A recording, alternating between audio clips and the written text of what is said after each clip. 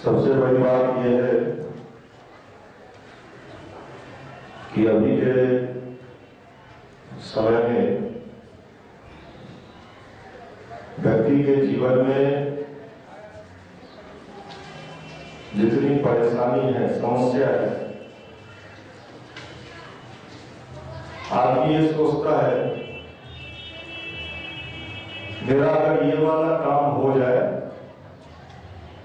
जो हम चाह रहे हैं तो हमारे जीवन की समस्या का समाधान हो जाए। कोई सोचता है कि हमें मेडिकल में हो जाए तो हमारा समाधान हो जाए। कोई सोचता है हम इंजीनियरिंग में चले जाएं तो हमारा समाधान हो जाए।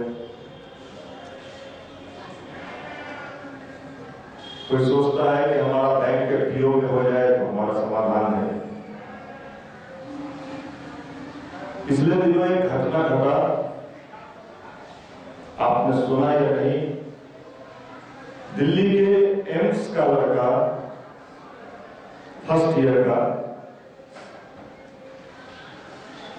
सुसाइड कर लिया। एम्स में किसी का हो जाए और वो लड़का सुसाइड कर ले,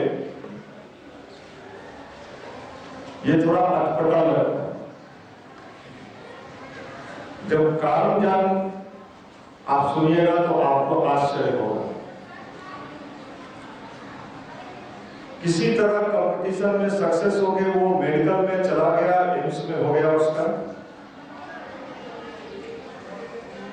लेकिन उसका जो पढ़ाई का सिस्टम था उसमें उसको खूब मजा नहीं आ रहा, तो प्रेशर में रहने लगा। और जब उसका फर्स्ट ईयर का एग्जाम हुआ तो ना के बराबर कोई आंसर नहीं दे पाया, वो फेल कर गया। और उसको जूनियर लोगों के साथ बैठना पड़ा। वो इतना ज्यादा प्रेशर में आ गया कि वो सुसाइड कर लिया। अब ये बात समझ में नहीं आता कि सक्सेस होके भी लोग इन दिनों परेशान हो रहे हैं। मैं परसों होली के एक दिन पहले एक भाई से बातचीत कर रहा था, अपने युवा मंडल के भाई है वो। उनको जब इंजीनियरिंग में हुआ था तो बड़े खुश हुए थे, भैया हमको इंजीनियरिंग में हो गया। हम लोग भी बड़े उनको शाबाशी दिए, चलो भाई आप पटना में पढ़े, मेहनत किए, आपका इंजीनियरिंग में हो गया। परसों मुझे 5 सालों का इंजीनियरिंग का कोर्स वो कर लिए। मैंने पूछा आजकल क्या हाल है? उन्होंने कहा नौकरी खोज रहे हैं, जॉब खोज रहे हैं। दिल्ली में गाजियाबाद में एक रूम लिए हैं, वहां के नेट के माध्यम से जॉब ढूंढ रहे हैं, परेशान। मैं सोचा यार बताओ, पहले तो बीए पास करने के बाद लोग जॉब खोजता था, अब इंजीनियरिंग और टेक्निकल सेक्टर में जाके भी ये परेशानी है, लोगों को जॉब नहीं मिल रहा है। गार्जियन कितना खर्च किया होगा इंजीनियरिंग के पढ़ाई में, 5 साल तक सारा खर्चा दिया होगा। फिर गार्जियन बेचारे को पेशेंस रखना पड़ रहा है कि मेरा बेटा जॉब खोज रहा है।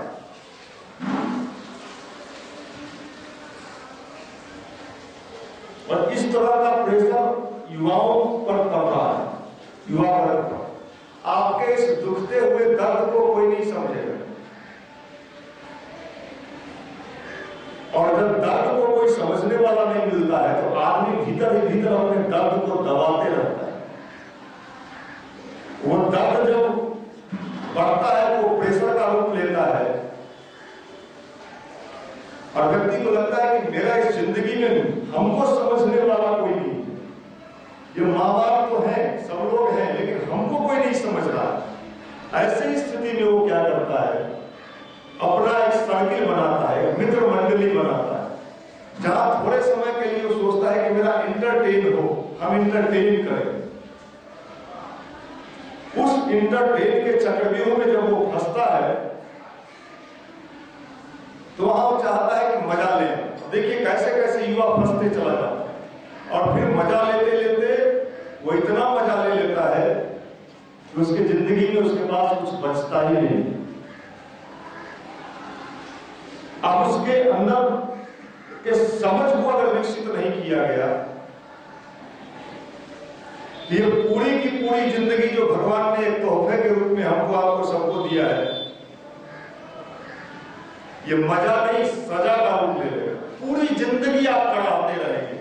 मैं आपको दावे के साथ कहता हूं, मैंने अनगिनत ऐसे लोगों को देखा है आज समाज में जो करा रहा है। आप पूछे क्यों भाई, क्यों कर रहा है? आप तो सचिवालय में हो ना। अरे क्या सचिवालय में, अनबैलेंस्ड है उसका लाइफ, उसका जिंदगी।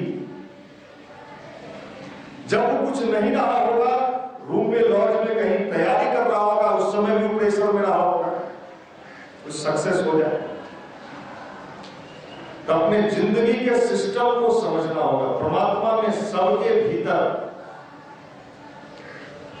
एंजॉय करने का मौका दिया है कि भाई अपनी जिंदगी को मजा लेना सीखो। जब जिस स्थिति में हो वहां पर हो,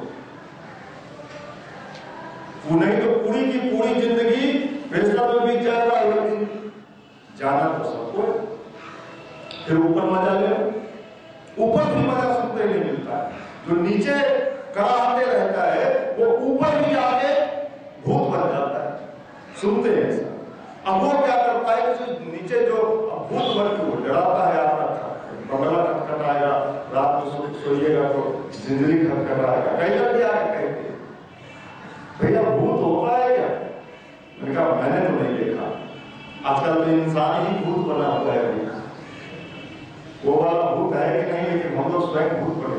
मेरे कहने का मतलब ये है कि हमें अपने जिंदगी को बारीकी से समझना होगा और इतना मैच्योर बनना होगा कि हम हर पल का आनंद ले सकें। आनंद कोई बाहर में नहीं मिलेगा आपको। और आनंद लेने का तरीका क्या है? जब अंदर से आप प्रसन्न होइएगा। प्रसन्न कब होइएगा भाई? कब प्रसन्न होइएगा? आप कहते हैं भैया हम प्रसन्न तो तब होंगे जब मेरा इंजीनियरिंग हो जाता। भाई जिसका हो गया उसको तो हम दुख में देख रहे हैं, फिर हम आपके बारे में कैसे मान लें कि आपका हो जाएगा तो आप सुख में चले जाइएगा। हमारे युवा मंडल से अनगिनत भाई नौकरी करते हैं, बहुत सारे भाई नौकरी करते हैं, रेलवे में, बैंक के पीओ में, इंजीनियरिंग करके। एक भाई से हमारी बातचीत हुई, मैंने कहा आपका तो बैंक में हो गया था ना? उनका हाँ भैया गोवा में पोस्टिंग। कहा अरे क्या ठीक रहेगा, 28,000 भैया अभी मिल रहा है, शादी भी हुआ है, मुश्किल से मामला टफ है। कमा लेगा।